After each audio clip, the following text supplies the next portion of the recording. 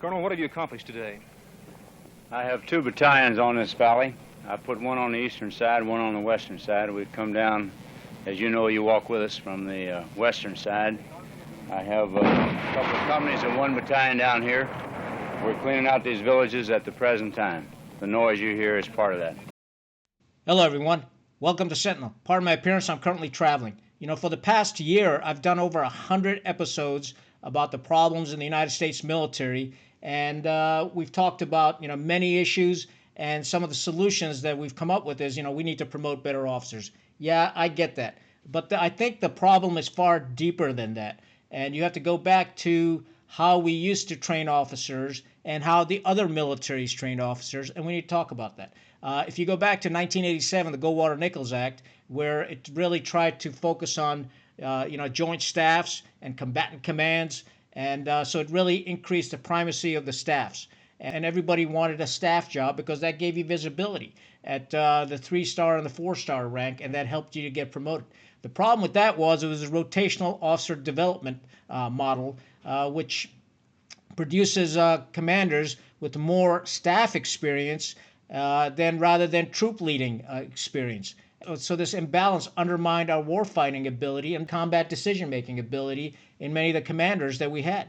And that's one of the reasons we haven't been successful. So what's typically happening is everybody wants that staff job, right? Get that fitness report from a 3-star or a 4-star. And then when it's their turn to go to command, then they'll go and spend their 2 years in command and typically do the bare minimum to get by. And the reason being is because command is fairly risky. Anything can happen. For example, at a battalion command, you've got about 1,000 some Marines. Something crazy can happen, an accident can happen, or an incident can happen, and you're done. You're finished. Although they'll say that, yeah, hey, I want to be a commander, but when they get in that billet, they do the bare minimum just to get by. And I've seen this in spades many times. And I'll give you an example is live fire training. Most commanders don't want to do live fire training, and they're scared shitless of it. And the reason being is because anything can happen, okay? That's just static live fire training. Now, let's ratchet it up that bit, okay? Let's add some maneuver to it. Can you imagine doing company-size attacks, live fire? Chances are somebody's going to get hurt because you got a lot of moving pieces, and you got Marines that are tired, they're sweaty, and they're supposed to keep their weapon down range, and they're supposed to maintain their separation. It doesn't happen, and something unfortunate happens, and the commander is held responsible. Now, let's turn that up a little bit further. My standard was every company had to be able to do a live fire night attack. To me, that was very important, because if you can execute a live fire night attack, you're pretty shit hot, in my opinion. That was a standard that we'd established, and every company had to meet that standard over time. The crawl, walk, run approach. And it takes a lot of time, it takes a lot of discipline, it takes a lot of focus, and it takes a lot of commitment on behalf of the staff NCOs and officers to get a rifle company to that level, to be able to conduct a live fire night attack. And we did that. Now, a lot of officers won't do that. The reason they won't do that is because it's pretty damn risky. That's the first part. And the second part is they don't know how to do it because they haven't spent that much time around the troops, training the troops. Most often, we're taught how to train troops was back in the basic school, or when you're a young lieutenant or a captain. If you had a good company commander that knew what he was doing in terms of training, standards-based training, then you probably learned that. But after that, once you become a field grade officer, you don't really have that much experience in training, right? Unless you're assigned to a training type billet. Then you have some experience, and you can execute some of these things. So generally speaking, what would happen is you've got an officer that after command and staff college goes off to a staff position, either on a joint staff, combatant command, or service command, and then he stays there as a staff officer for 2 to 3 years, and gets selected for lieutenant colonel because a 3 or 4-star wrote his fitness report, and then he gets sent back down to the operating forces for battalion command. He's got no experience. The last time he trained troops was when he was a captain. So when he comes back down as a battalion commander, he doesn't want to take these high-risk training evolutions because his ass is on the line, and if something happens, he's not getting promoted. So he becomes risk-averse. And by becoming risk-averse, you don't get out there with the troops to make those hard decisions, tactical decisions. And consequently, when combat happens, they don't have the experience in terms of training the troops and in terms of combat decision-making.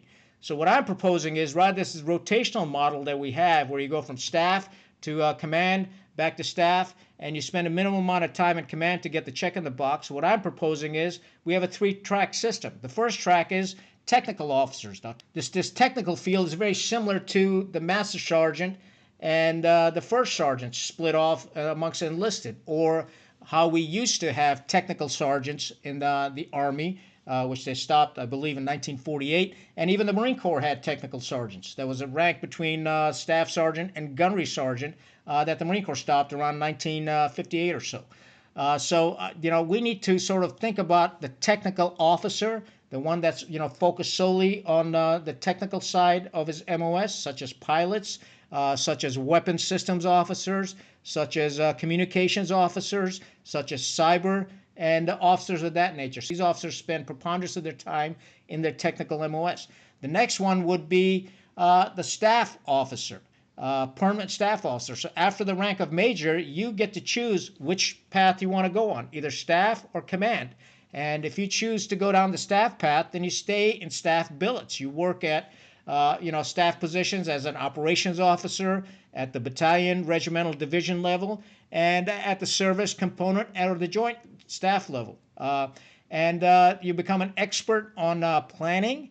You become an expert on doctrine, and you become an expert on logistics. You become an expert on how to integrate all the warfighting functions. Going back to the history, the Germans had the General Staff Officer, right? The Creed's Academy. They used to train professional staff officers. That's all they did, and they were the duty experts on that. So rather than the staff officer, jumping back and forth from command billets, he is a professional, and he gets promoted within that staff, general staff, and you get promoted to colonel and brigadier. And then you get promoted to general officer, because there's general officers in many of the combatant commands and joint staffs that manage these directorates. So there is potential for promotion within that. Then you've got the third and final track, which would be the command track. And the command track, as a major, if you opt to, hey, I want to stay on the command side of things, and I want to train troops because that's what I'm good at. I can motivate troops, I can train them to standards, and I can lead them, and that's what I want to do. I want to spend time with them in the field, and I want to lead them in battle. And there's certain type of officers that can do that. And we should encourage those types of officers, the Pattons and the Terry Allens or the Chesty Pullers. Generally speaking, that type of gungy officer is not the best staff officer, and the best staff officer is not the best commander, right? So then we have a permanent track of commanders. So after the rank of major, they're selected to be the battalion executive officer. And, if they're fortunate enough to command a battalion, that's what they command, a battalion. And then they fleet up to be the regimental executive officer, eventually regimental commander, and so forth. They go up the pipeline. And what this does is it gives the troops the best technically qualified officer. What tricks have you learned or developed with the helicopter over here? Actually, John, we've tried to put to use everything we worked on back at Benning and in North Carolina. Before we came over, we found that just about everything we thought we could do and get by with, we have. Additionally, we have found that we can put a helicopter down, put men from a helicopter down into even primary jungle. Anywhere we can hover that bird, we can get people on the ground by rappelling or by the use of the trooper ladder. It gives the troops the best staff officer that's professional in how to, develop plans and how to coordinate plans and how to write doctrine and things of that nature. And then finally, you get an officer that's a command officer that is an expert on how to command troops and how to train troops for combat and how to build their morale and hold them accountable and discipline them. It takes a different type of skill set to be able to do that. So what I'm proposing is a solution to this. The Goldwater-Nichols Act made the primacy of the staff officer paramount. And I think that was a fatal error, because now what we've got jacks of all trades and masters of none. And if we use this 3-track model to groom our officers and to promote them within their track, you take the best of the best within that track, the best on the technical side, the best on the staff side, and the best on the command side, and you promote them up. And there's none of this shell game that a person has to go in between staff and command positions, and he's just going in the command position to get the check in the box so you can get back to staff position, get a fitness report from a 3-star or 4-star. And in summary, I think this rotational generalist officer model that we have hasn't served the U.S. military well. I think plus it doesn't meet the operational demands of the modern battlefield. So we need to really cultivate experts in planning and technology and command. I mean, it's really that simple. So if we have a 3-track officer system, I think it'll make us that much better as a military on the technical side, on the staff side, and also on the command side. And we have to optimize our officer corps. It's not just about selecting the best leaders, but they have to be the best leaders within their respective tracks. And so it's very important that we start looking at how we've been doing business and how can we do it better.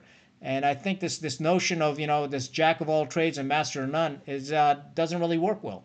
And the results speak for themselves. We need operationally competent technical officers. We need operationally competent staff officers, and we need operationally competent commanders. And the only way you can do that is by separating them and then picking the best of the best within their respective track. This idea certainly has merit. It's been done before in history. Unfortunately, because of the Goldwater-Nichols Act, we kind of just went off track a little bit, and we started creating these generalist officers and rotating them through the operating forces, which really hasn't served us well. So please let me know your thoughts about this. And that's all I got. Stay rugged, stay united. Khan out.